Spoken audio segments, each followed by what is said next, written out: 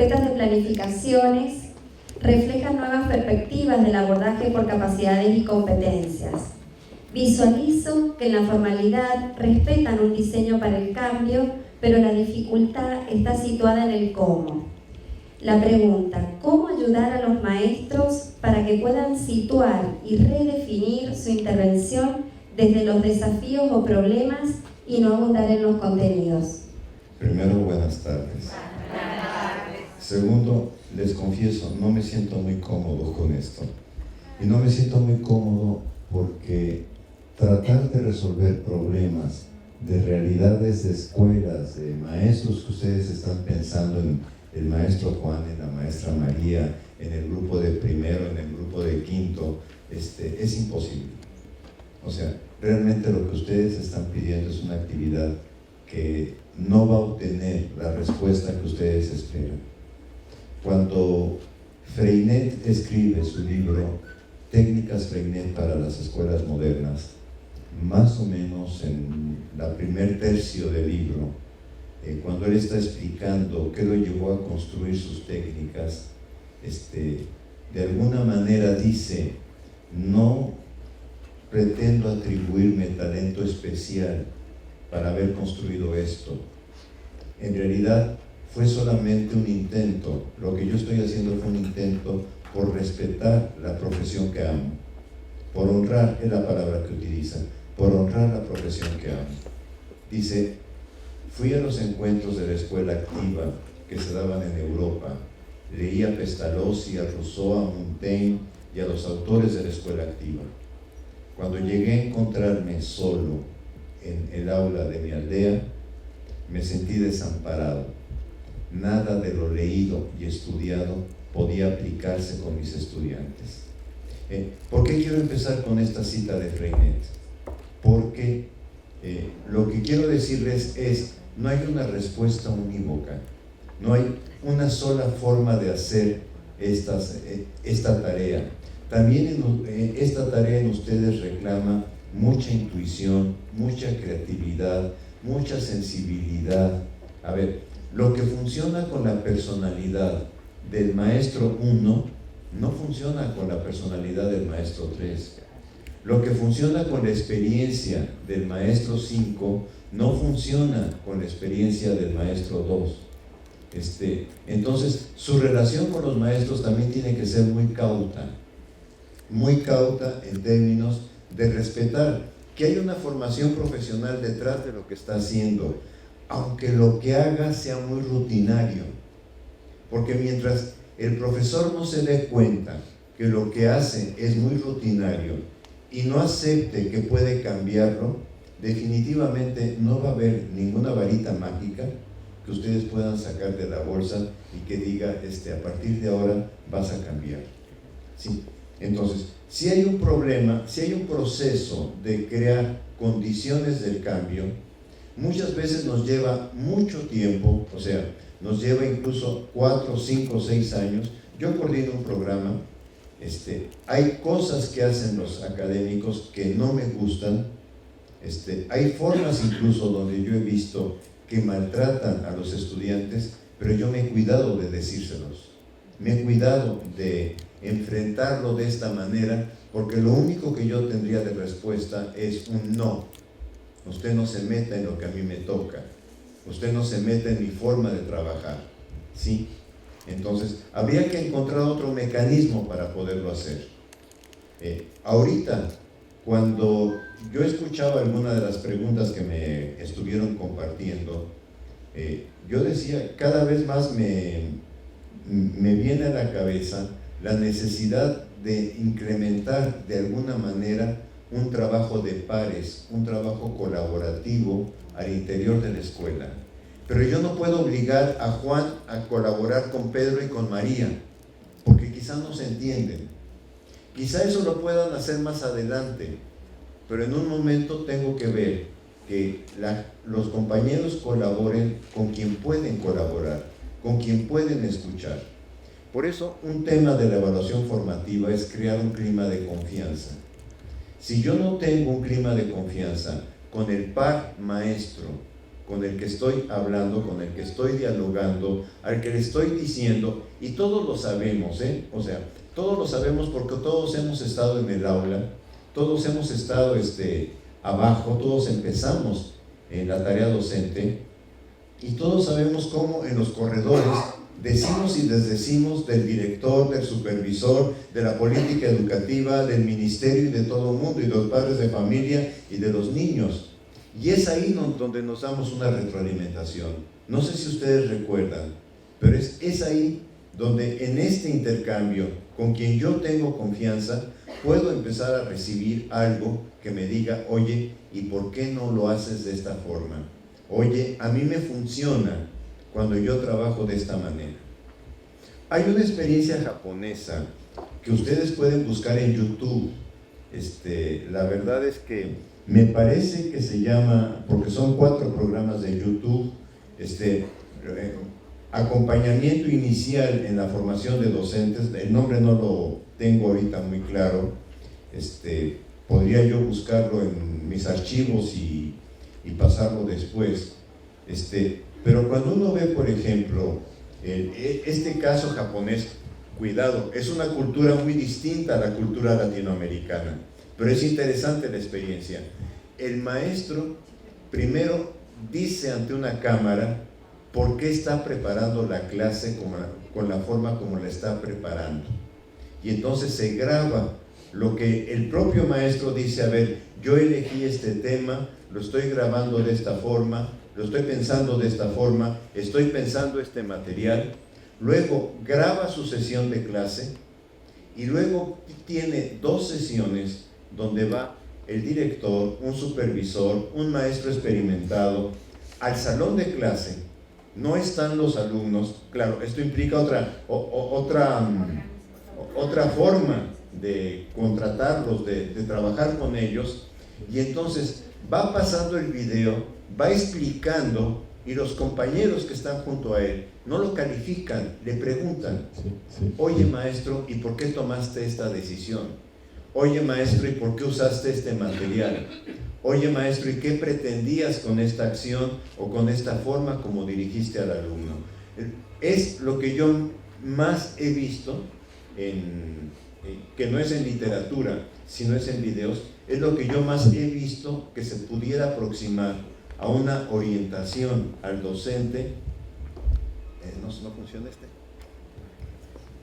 una orientación al docente que realmente le sea funcional, que realmente le ayude. Pero si no podemos esto, entonces empecemos impulsando, diciéndole a los maestros, a ver, quisiéramos que hicieran trabajo colaborativo, quisiéramos que ustedes dijeran con quién quieren colaborar, podríamos decirles, y nos arman un pequeñito informe de su colaboración a cabo del trimestre o a cabo del año, en fin, como ustedes lo vayan considerando, pero va a ser también un movimiento que poco a poco se empieza a desarrollar entre los maestros.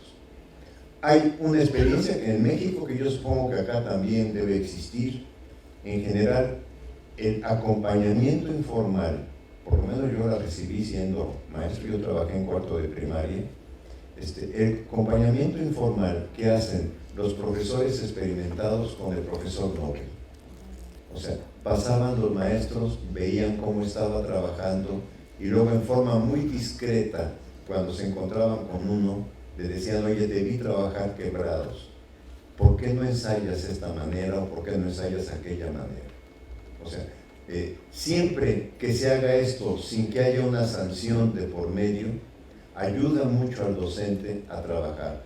Tengamos en cuenta una cosa, a ustedes, a mí, nos enseñaron a trabajar por temas, nos enseñaron a hacer programaciones didácticas a partir de temas.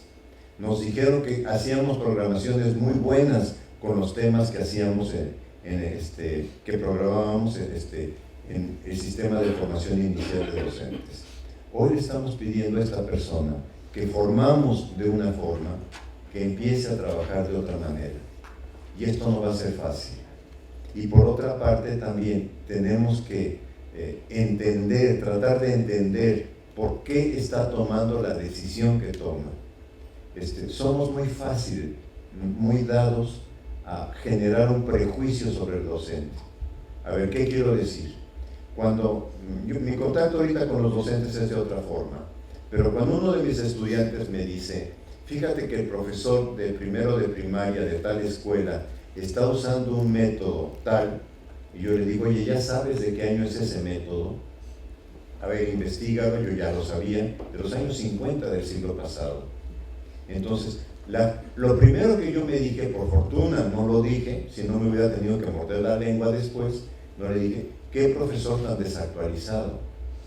Pero cuando fue el alumno trabajando todo el año con el profesor, haciendo las observaciones, entrevistando al docente, lo que percibió es que dadas las condiciones socioculturales de las cuales iban los niños, una zona de marginación, este método le funcionaba.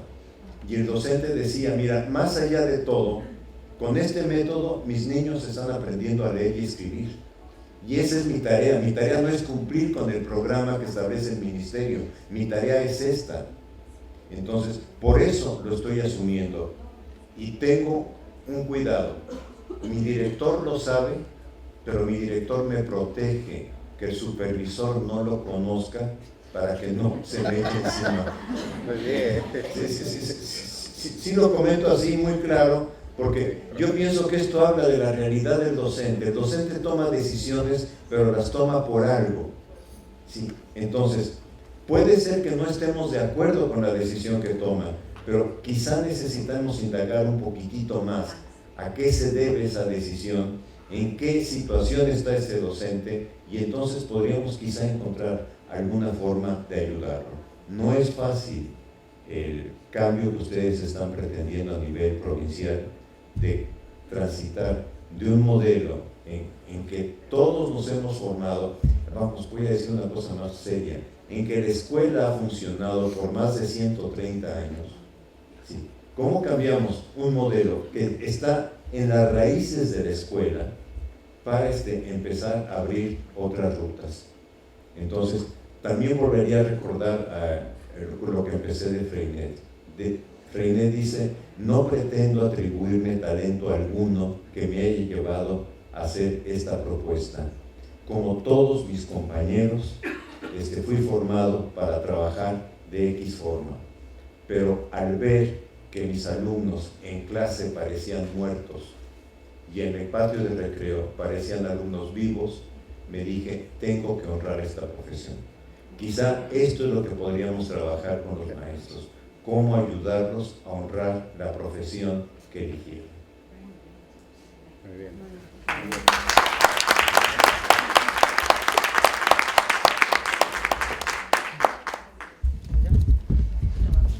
Bien.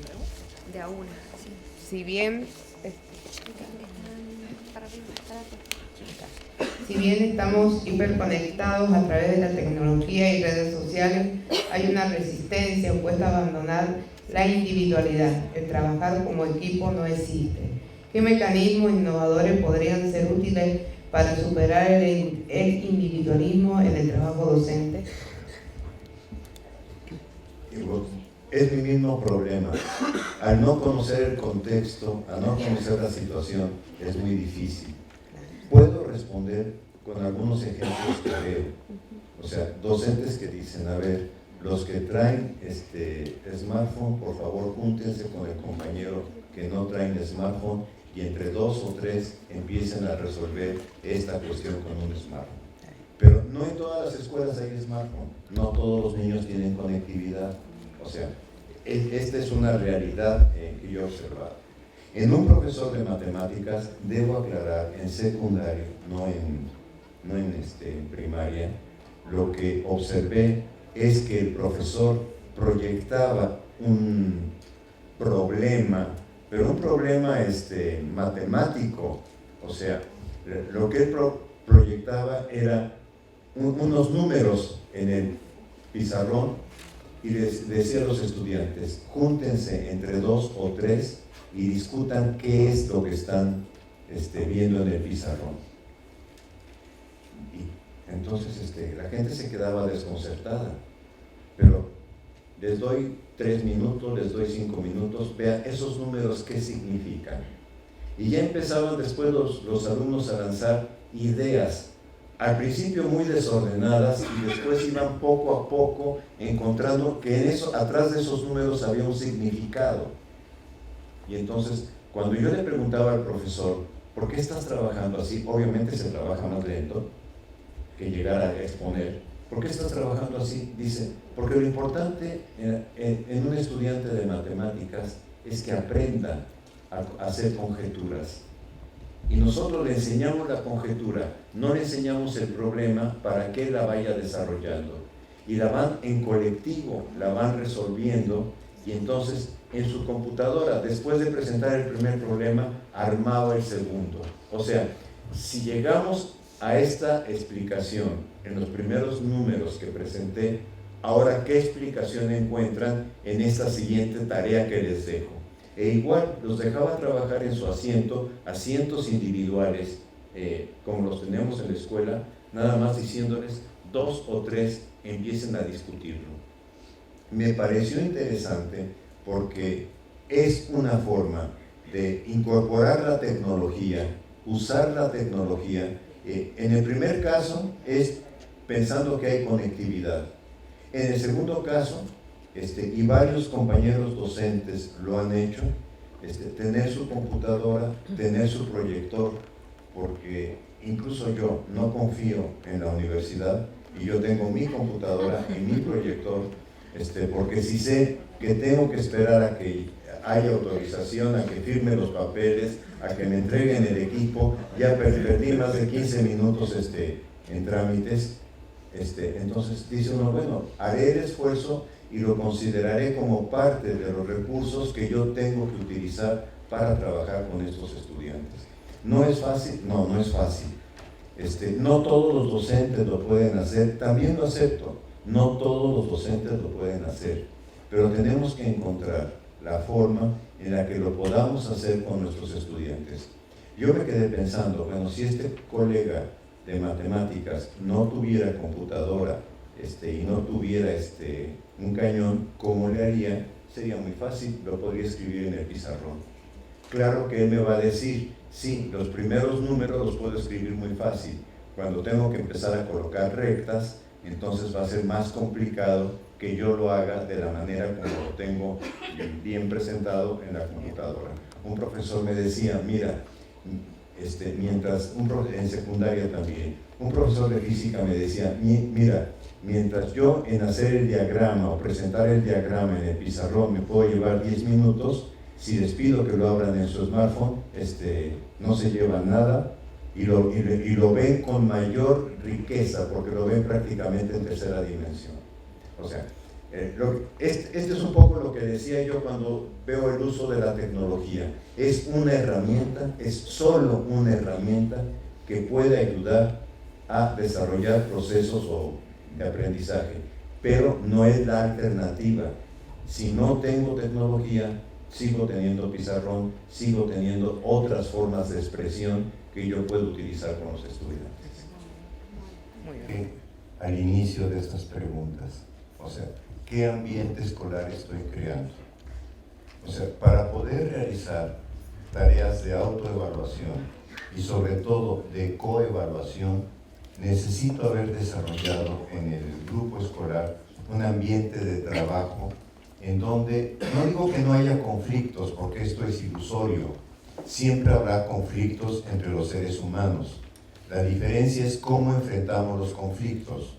Si el conflicto lo enfrento a zapatazos y a gritos, o si el conflicto lo expreso como, a ver, analicemos qué nos está pasando y démonos reglas entre todos de cómo nos debemos comportar en el salón de clases, que es una forma también de educar cívicamente al alumno, que es una forma de educarlo emocionalmente, que es una forma de educarlo en sus actitudes. O sea, pero tiene que ser un espacio de reflexión, donde no venga la sanción como primer aspecto, sino donde lo que venga es precisamente el análisis de si queremos estar todos aquí, si queremos convivir, ¿qué debemos hacer? habrá alumnos que de todas maneras sigan manifestando agresiones, sigan manifestando comportamientos de segregación con sus compañeros, etc. No lo vamos a lograr de la noche a la mañana, pero es una tarea también que tenemos que realizar. Es una tarea que muchas veces surge cuando no está programada. O sea, yo tenía mi programada sobre X parte del desafío y resulta que tengo que detener esa parte para dedicarle 15, 20 minutos o media hora a analizar este tema con los alumnos si quiero que el problema sea de ellos y no el problema mío. Cuando digo que el problema sea de ellos, que ellos asuman que tienen que cambiar comportamientos para poder generar convivencia entre todos nosotros. Entonces, por una parte tengo esto. Si no he logrado esto, es difícil que además de un cambio, digamos, en el proyecto educativo, de trabajar el desafío, después yo lo pueda traducir a una evaluación.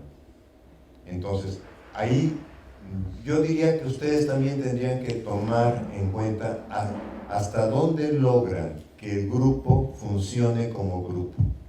Hay algo que dicen quienes trabajan en teorías grupales, que uno puede detectar cuando los alumnos hablan en forma individual, esto es, a mí me pasa, a mí esto, a cuando los alumnos empiezan a hablar en forma grupal. Lo que estás haciendo nos afecta a todos. O sea, en el momento en que los estudiantes empiezan a utilizar el lenguaje de grupo, es que se han identificado a sí mismos como grupo. Y entonces podemos empezar a trabajar otros elementos que vayan ayudando a la coevaluación y a la autoevaluación. Pero si no hemos logrado esto en el proceso del trabajo con los estudiantes, es muy difícil pasar a otro modelo de evaluación. Sí, pensando que el modelo de evaluación, y por eso me interesaba en la conferencia remarcarlo, el modelo de evaluación es básicamente una reflexión en torno a los aprendizajes que voy logrando, en torno a la forma como voy logrando estos aprendizajes y qué caminos me quedan todavía por seguir avanzando. De eso se derivan algunas evidencias, y de estas evidencias se va a dar una calificación, pero cuidado, la calificación no refleja el proceso. Y esto lo tenemos que tener muy claro nosotros. Yo sé que esto es luchar. Si hace rato yo les decía, luchamos contra una escuela de 130 años, con la calificación yo creo que es 130 años al cuadrado. ¿Sí? Porque eso es lo que le ha importado a la sociedad. Vean ustedes en la prueba PISA. ¿Qué es lo que importa en la prueba PISA? Pareciera que están hablando de equipos de fútbol. El River, ¿dónde quedó respecto a quién sabe qué? ¿En qué lugar ocupó? Y entonces nos dicen, Finlandia obtuvo 500 puntos y Argentina o México o Chile obtuvo tantos puntos. O sea, es un sistema internacional de clasificación y legitimación cuando no se analiza qué es lo que hay detrás de la respuesta de cada estudiante. ¿Sí? Entonces, no estamos luchando solamente contra el medio escolar, no estamos luchando contra los padres de familia. Yo diría que esta es una lucha casi mundial. Surgió la teoría de la medición a principios del siglo XX. De la teoría de la medición surgió Simon y Binet, que empezaron a hacer los test de inteligencia. Y de ahí para allá se nos ha venido la teoría de la medición como una especie de Dios absoluto sobre los resultados de aprendizaje. ¿Sí? Entonces, cada vez más nos vamos a enfrentar, incluso a padres de familia que con cierta indignación digan, a ver, estos niños en la prueba nacional no obtuvieron el resultado que se esperaba. O San Juan o la provincia de San Juan todavía está retrasada respecto a los rankings nacionales. ¿Sí? Pero tenemos que ayudar a que se vaya viendo que la evaluación es una cosa muy distinta a la calificación. La calificación es un instrumento administrativo o pedagógico administrativo si le queremos ayudar un poquito. Pero es algo que tenemos como un hongo que creció en el sistema educativo que lo deseable es que nunca hubiera crecido, pero que ahí lo tenemos y tenemos que resolverlo de la mejor forma posible, de la forma más racional posible. Pero no piensen, o sea, cuando a mí me dicen, es que tenemos que hacer una evaluación justa, una calificación justa, yo casi me río. Cuando dicen, es que tenemos que hacer una calificación que tome en cuenta los aspectos sociales, yo casi me río, porque digo, no saben de lo que están hablando. Sí. La evaluación sí la podemos hacer con algunos de estos elementos. Nunca será justa, nunca lo podrá ser, porque estamos en relaciones humanas y estamos en relaciones de sujetos, y a veces cuesta trabajo que un sujeto diga, es que yo me estoy viendo con faltas de aprendizaje, con fallos en mi aprendizaje. O sea que es subjetiva del docente. Subjetiva del docente y subjetiva del alumno y subjetiva del padre de familia. Es subjetiva por todos los lados en la que nos encontramos. Gracias. Pero cuidado, no estoy cuestionando la subjetividad. Si cortamos nuestra subjetividad, dejamos de ser personas. Sí, o sea, los robots no tienen subjetividad. ¿Sí me explico? O sea, es un elemento de la identidad del ser humano. Ahora, no estoy diciendo capricho, o no estoy diciendo subjetivismo. Tiene 7 porque me da la gana. No estoy diciendo eso. ¿Sí? Pero sí estoy diciendo, tiene 7 porque yo, en el juicio que estoy haciendo de las evidencias que estás presentando, considero que estas evidencias tienen estas insuficiencias. ¿Sí me explico? Sí, o sea, yo estoy haciendo un juicio, sí, y tengo que responsabilizarme de ese juicio, sí. O sea, no estoy diciendo, como es un problema que nos pusieron como hongo, dejémoslo ahí que se siga reproduciendo nada más. Pero sí, es un tema donde tenemos que buscar hasta donde podamos cierta racionalidad, pero reconocer que justicia no la podemos lograr. Pero que sí se puede minimizar, por decirlo, a partir de la intersubjetividad, es decir, cuando establecemos criterios para poder, y los hacemos conocer a los alumnos para poder emitir ese juicio en función de esos criterios que vamos a dar la nota, o vamos a evaluar. Me parece, ¿no? Que en el marco de la intersubjetividad no es minimizar la palabra, pero se puede como justificar una evaluación, una calificación, una nota cuantitativa.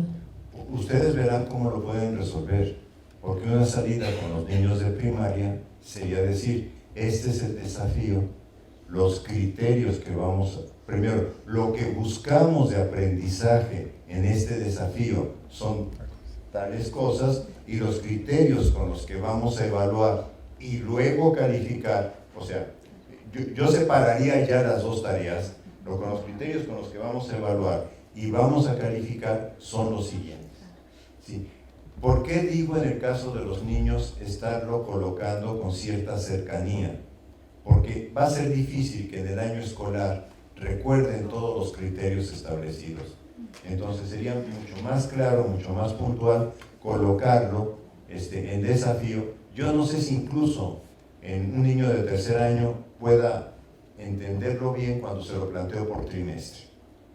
O sea, sí podría decirle, en este trimestre estamos buscando estos aprendizajes. Pero yo colocaría primero estos aprendizajes y después diría, y vamos a evaluar de esta manera y vamos de alguna forma a expresarlo en una calificación de esta otra forma. Doctor, siguiendo esta idea, para que no se nos vaya porque es algo que me parece oportuno, usted está planteando la necesidad de que el docente explicite las intenciones educativas, digamos, de la secuencia o del proyecto en secundaria y los criterios de evaluación. Es decir, el niño, los estudiantes tienen que ser conscientes, digamos, de cuáles son estas intenciones educativas que nos estamos proponiendo en términos de aprendizaje. Nos proponemos que ustedes aprendan X saberes, destrezas o habilidades, y a su vez estos van a ser los criterios con que vamos a evaluar tu desempeño. O sea, yo lo vi muy bien reflejado en estas secuencias, en las que pude revisar, lo vi muy bien reflejado, porque se plantea ahí qué capacidades se quieren desarrollar a partir de la construcción de un desafío en específico. Lo que yo haría es, sí, una reflexión con los estudiantes de qué significa que se quieran desarrollar estas capacidades, de suerte que ellos mismos vayan construyendo su proyecto de aprendizaje.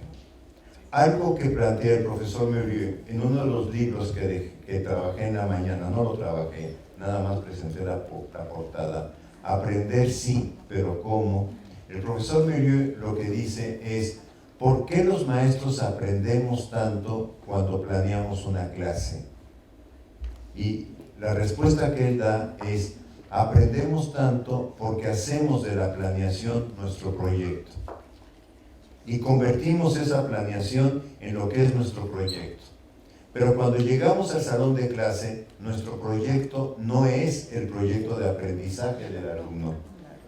Entonces, tenemos que trabajar para presentar este proyecto que hemos formulado y que tenemos que formular, o sea, no estoy diciendo no planeemos, sino este proyecto que hemos trabajado, que nos ha llevado tiempo, en el que nos hemos involucrado, nuestro reto es cómo le comunicamos al estudiante que es un proyecto para el aprendizaje de él y que si él no lo hace su proyecto de aprendizaje, no va a poder avanzar.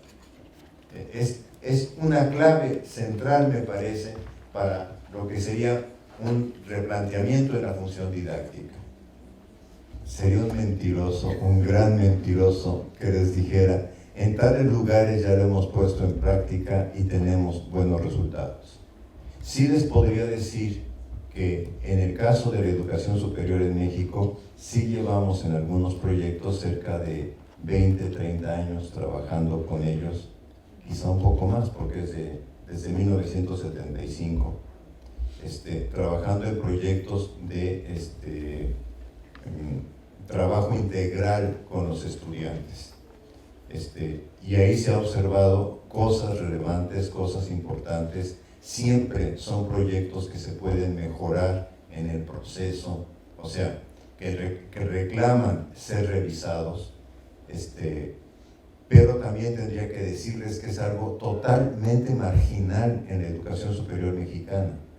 O sea, de 3.800.000 estudiantes que más o menos tenemos ahorita inscritos en el sistema, solo 30.000 están en un proyecto de este tipo.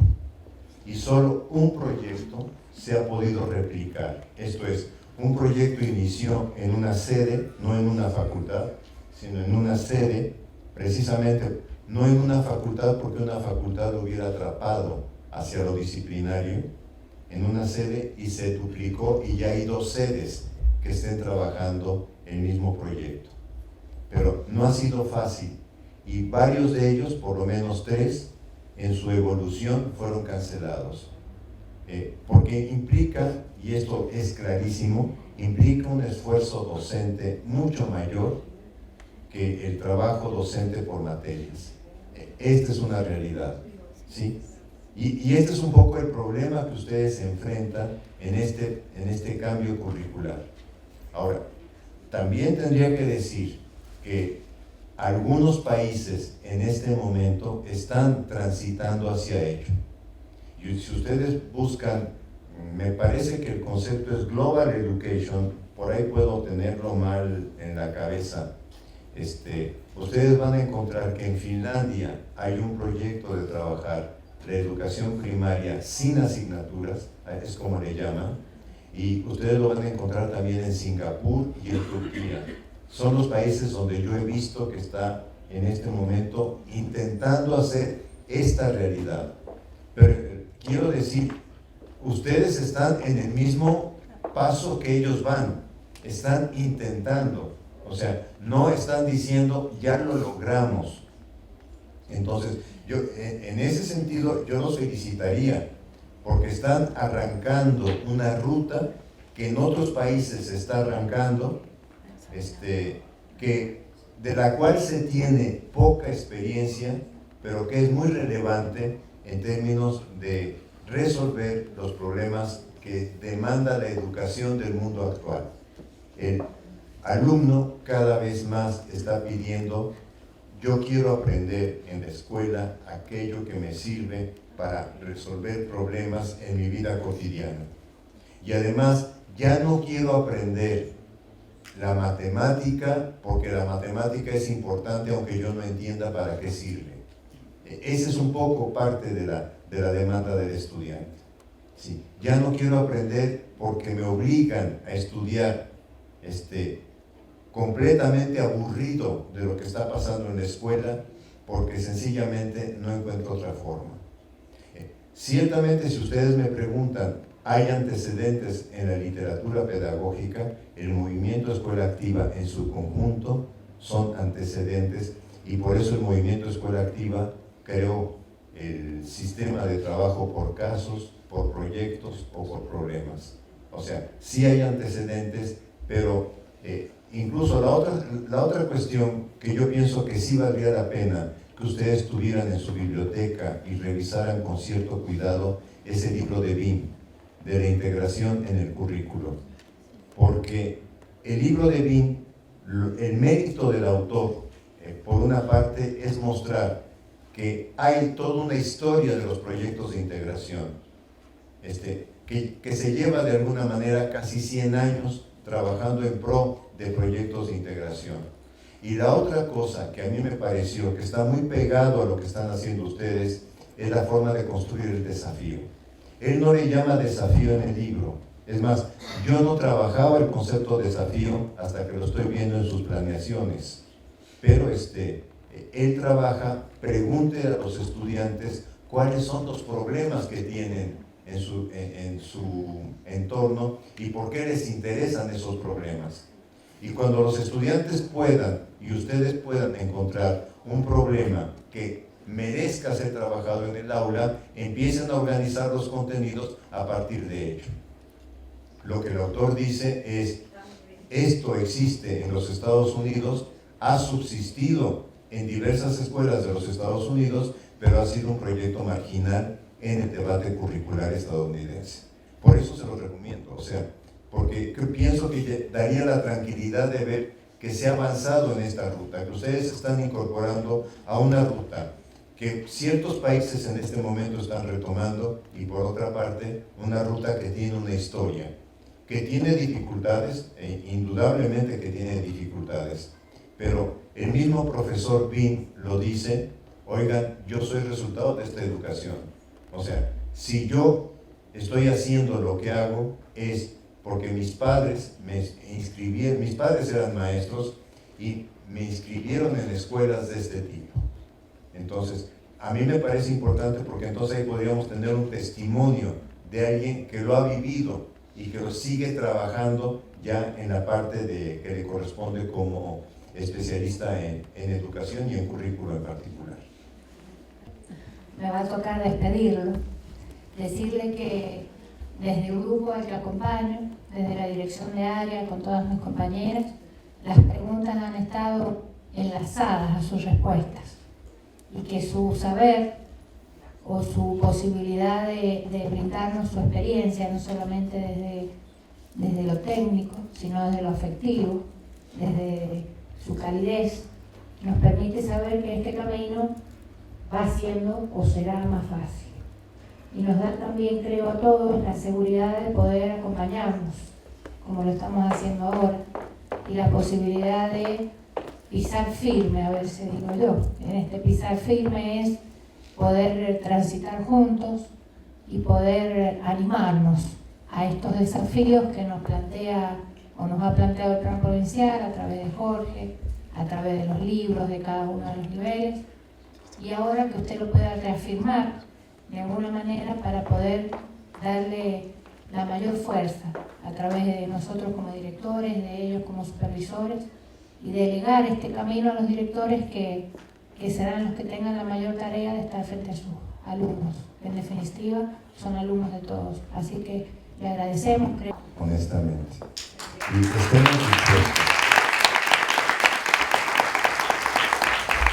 y estemos dispuestos a decir, vamos a aprender entre todos, vamos a aprender con ustedes, los vamos a acompañar y vamos a comprender las dificultades que enfrentan, porque es un cambio tan radical que exige un esfuerzo enorme, tanto en el docente que está empezando, que quizás es el que tenga menos desconcierto, porque tiene más capacidad de adaptabilidad a estas cuestiones, como en el docente que lleva 20, 25, 30 años y que no podemos calificar, y ojalá no lo califiquen en su cabeza, de tradicional resistente al cambio, sino es un docente que ha acumulado saber, que ha acumulado experiencia y que puede argumentar el saber que tiene. Y entonces de ellos necesitamos también que decidan acompañarnos en este proceso y colocar toda su experiencia, todo su esfuerzo en este proceso. Por favor, no descalifiquemos a nuestros colegas docentes, aunque la imagen que tengamos de ellos es que son docentes no comprometidos, es que son docentes rutinarios, todo esto con lo que solemos descalificar el trabajo del profesor. Ese profesor, así como decimos, este alumno que parece que no aprende, que parece que no tiene ganas, es el que requiere más atención, ese profesor también es el que como supervisores, para ustedes, requiere más atención, más cuidado y también voy a utilizar la palabra más cariño, porque ha dedicado muchos años de su vida a la formación de generaciones en este país. Hay una película que pueden bajar de internet, La Conducta, una película cubana. Para el tema que estoy abordando sería muy interesante que lo pudieran entre ustedes discutir. No digo hacer seminarios con los maestros, pero entre ustedes discutir. Se llama La Conducta.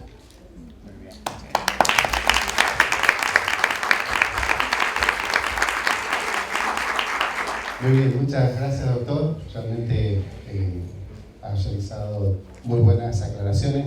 Y les comento que le voy a pedir al doctor una gauchada. Acá en Argentina hablamos de, cuando le pedimos un favor, le estamos pidiendo una gauchada. Hay muchas preguntas que han quedado sin responder por el tiempo. Lamentablemente tuvimos que empezar un poco después de lo previsto. Y yo me comprometo a enviarle al doctor las distintas preguntas que ustedes han formulado para que él, en su tiempo, si puede ser, doctor, las pueda responder y comunicarle la respuesta que me brinde. ¿Les parece? ¿Puede ser, doctor? Veremos qué alcanzo a hacer. No es lo mismo, veremos qué alcanzo a hacer. O sea, el problema es que en la escritura uno tiene que ser muy riguroso, sino también convierte algo que yo diría, utilizando el lenguaje mexicano, se convierte en algo muy cantinflesco. No conviene.